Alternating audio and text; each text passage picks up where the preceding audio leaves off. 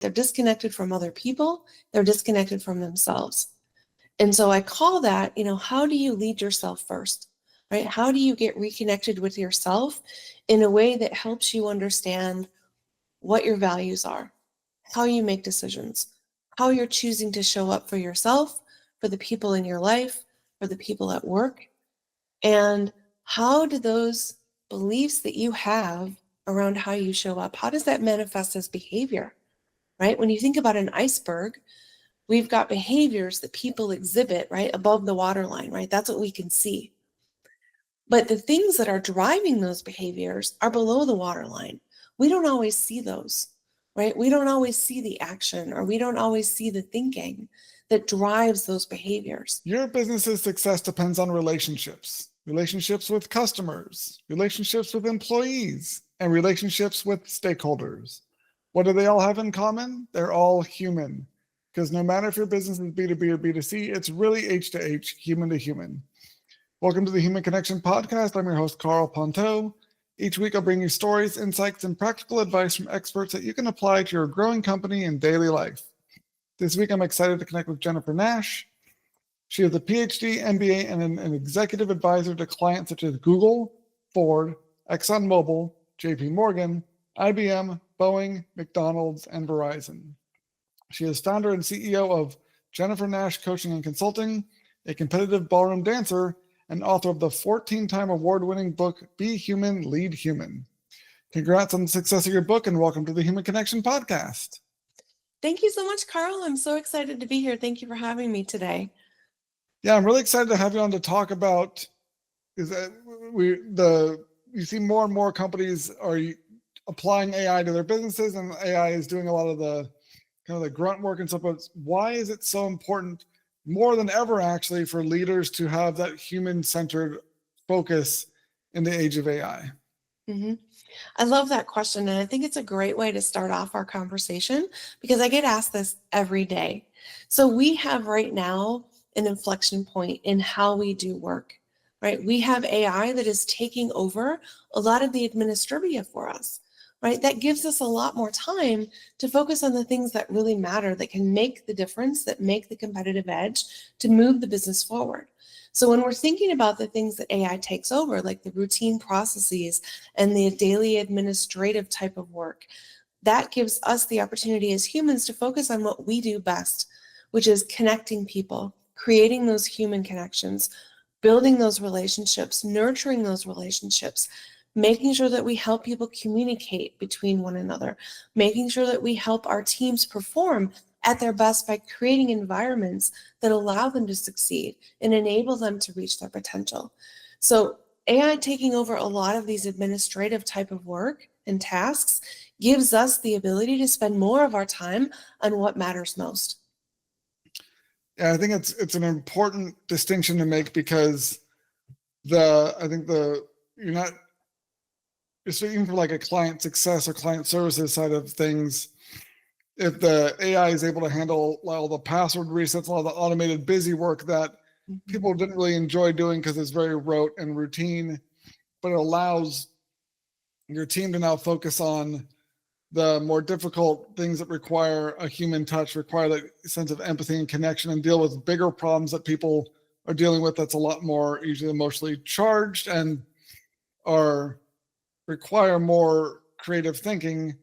Then it's a win-win, because your team gets to do more of that fulfilling human-centered work, and then the more rote stuff gets done by AI. And I think for leaders, it's even more important, because the leader's main job, one of the main responsibilities, is communicating effectively with their teams and being like listening to what they're saying and being more involved with in building these relationships, and not having to deal with more of like the admin or like the task side of things. And I think the smart leaders that are actually going to benefit the most from this inflection point are ones that identify the opportunities to free up time to be more present and connected with their teams. Because the leaders that do that are going to build cultures and this sense of loyalty and connection with their team members. It's going to lead to higher performance than ones that feel like they're just a cog in a machine. Mm-hmm. Exactly. And I have yet to meet an AI tool or a chatbot that can help people feel like they're more than a cog in a machine. Yeah, and I imagine it through your coaching and with all these amazing companies that we mentioned in the bio, you probably have a good success story of helping leaders show up as more and being more human as a lead. Do you have one of those kind of success stories you could share with us? Absolutely. So I was working with a leader who was having trouble motivating their team and holding the team accountable. And this person was telling me the story of, what had recently happened as an example. And, I said to the person, I'm observing a pattern here. Can I tell you what I'm observing? And they said, sure, no problem. And I said, well, you're yelling at me and I'm your coach. I don't even work with you in the workplace. Why is it okay to yell at me? And are you yelling at other people in your life in this way as well? And this person sat back in their chair and, I sensed that there was some emotion happening, right? And I, looked a little closer into the camera because I'm a little nearsighted. And I realized that this person was crying. And I said, hey, tell me about that emotion. It looks like, that really struck a nerve for you. And the person said, well, I didn't realize that I was a, fill in the blank. Um, and it looks like not only have I been treating people at work this way, but I've also been treating the people that I love at home in this way. And the person realized that, who they are as a human being has everything to do with who they are as a leader. And so those values and that communication style and that way of interacting with people that you are showing in your personal life, that replicates in your work life. So the person realized, like, look, this is something that I want to change. This isn't how I want to show up for my team or, for my family. And they were able to shift their behavior in a way that helped them decrease attrition at work, right? It helped them create the conditions to motivate the people within their team. And they were able to turn that around and have the highest performing business unit in the organization by the end of the year. Wow. And I imagine that realization of how they're communicating was a big epiphany for them, because there's often this. I've talked with people on this show, and I think there's underpinning the overall kind of lack of connection in the workplace and societies.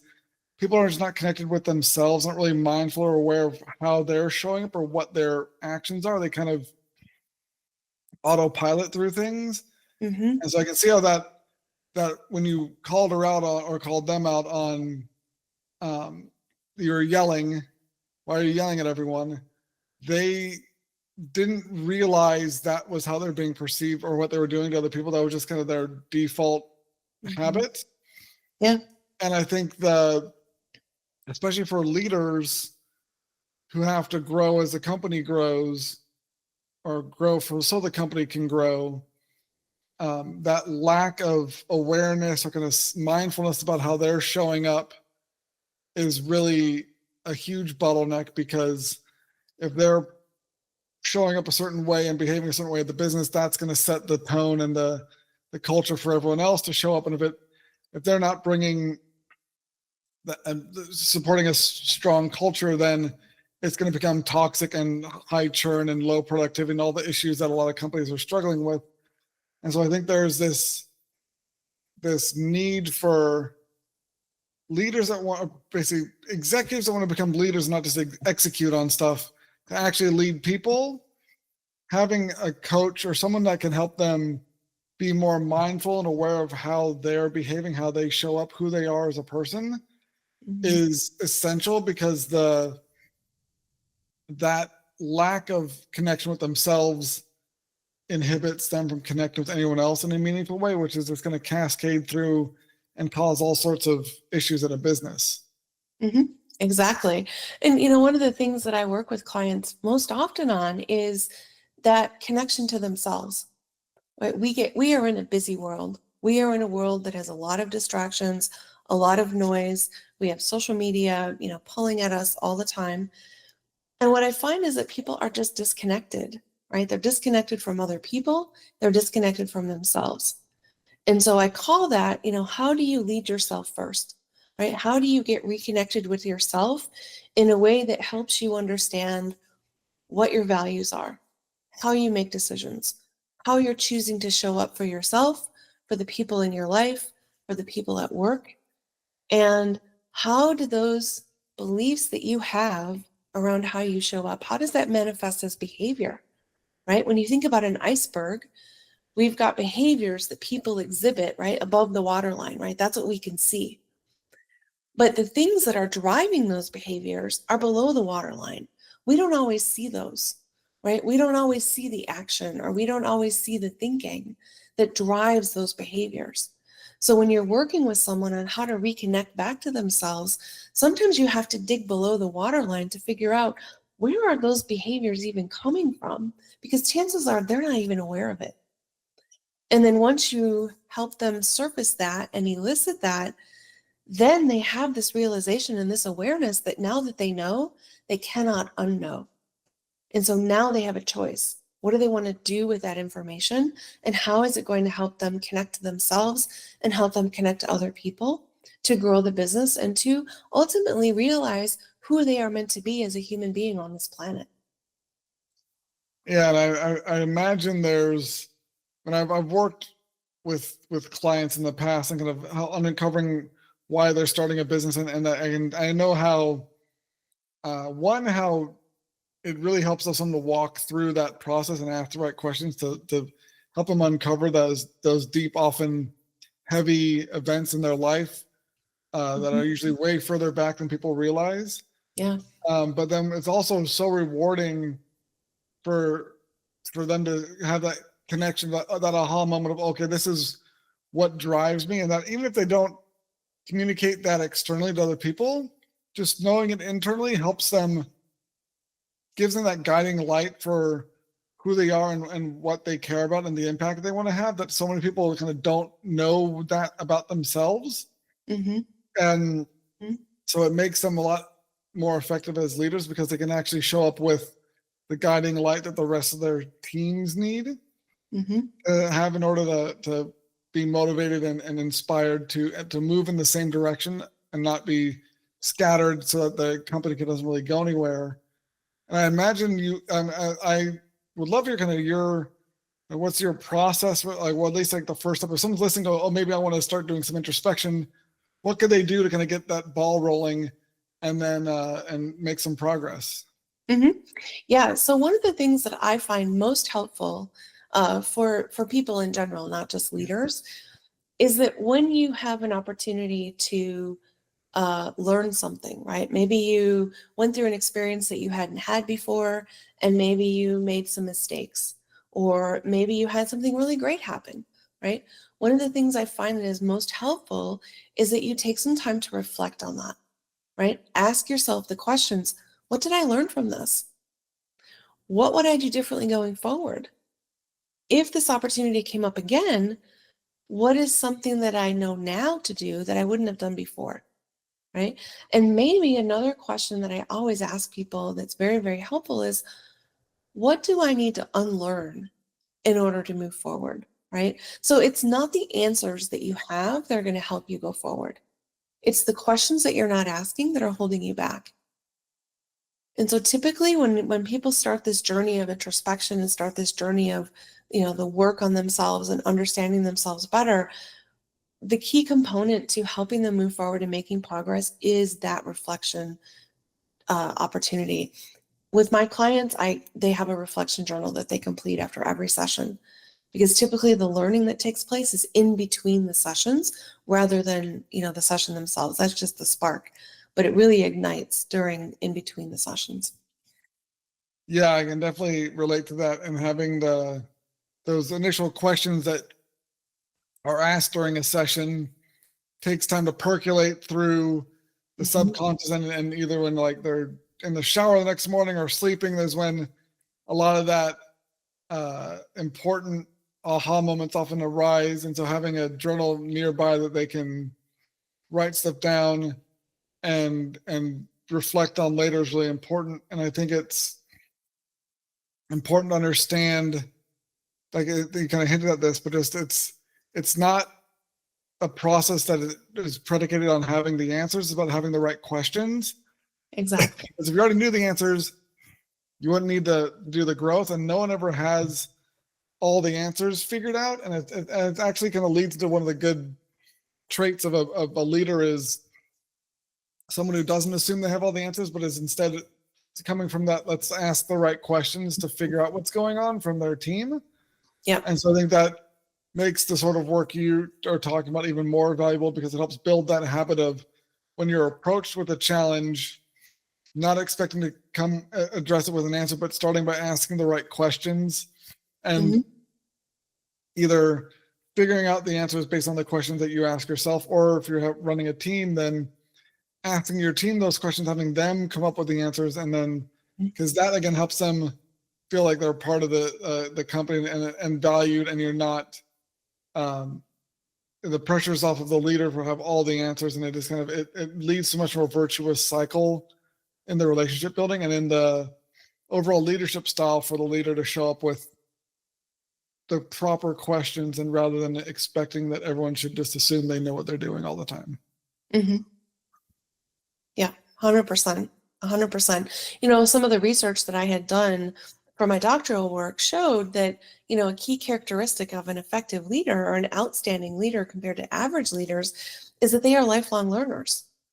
And part of what goes along with that is that curiosity, is that willingness to ask questions, is that ability to be vulnerable and say, hey, I don't know, but let me find out, right? And I know the questions that I'm going to ask. So that goes right along with how do you start to grow yourself as a leader, and how do you start to grow the people around you? It's by realizing that the answer isn't always the solution. It's asking the right question that helps you get unstuck and helps you move forward.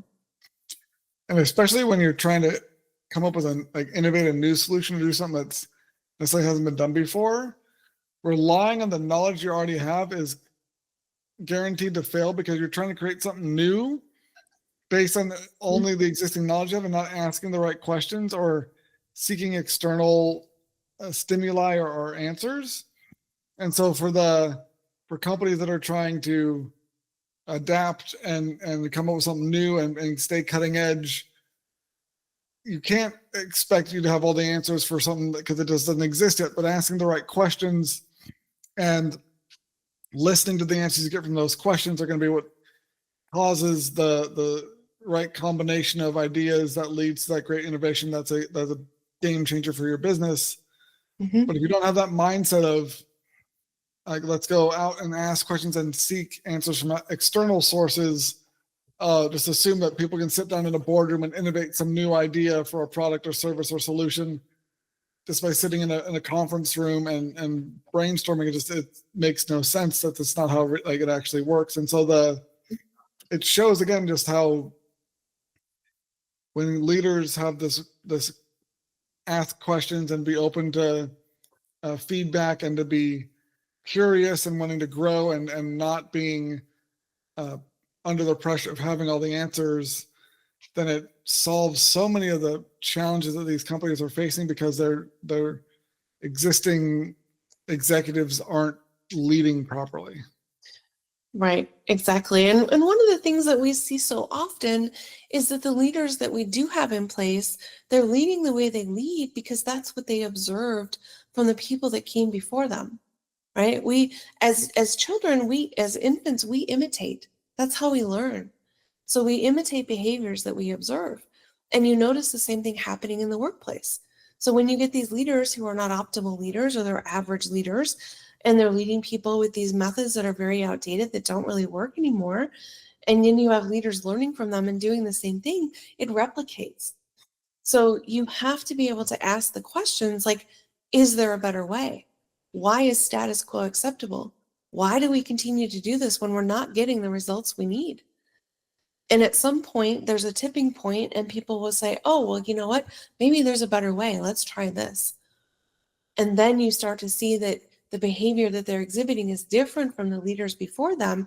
Oh, and it's actually getting better results, right? You can look at the example of Ford Motor Company, right? When Alan Mulally came in as CEO, he took over a company that was just about failing, by all accounts, $17 billion loss. And, within 7 years, by the time he left, because of the way he was able to lead and because of the way he was able to ask questions, he was able to turn that company around. They had a 1,834% increase in the stock price. He had an engagement rate that increased by over 50% while he was there. I mean, he was able to accomplish things that very, very few leaders have been able to accomplish. And I attribute a lot of that to the fact that he was willing to ask questions. Very smart guy. He knows a lot about a lot, but he didn't come in that way. He didn't show up in that way. He was willing to ask the questions and help people think through what they needed to do to get to the answer that was going to help move the company forward. Excellent example. I can't think of a better way to wrap up the show here. So thank you so much for connecting with me today, Jennifer. If you enjoyed this episode of the Human Connection Podcast, please like, leave a review, and share it. If you'd like to connect with either of us, check out the links in the show notes. And remember, no matter if your business is B2B or B2C, it's really H to H, human to human. Happy connecting.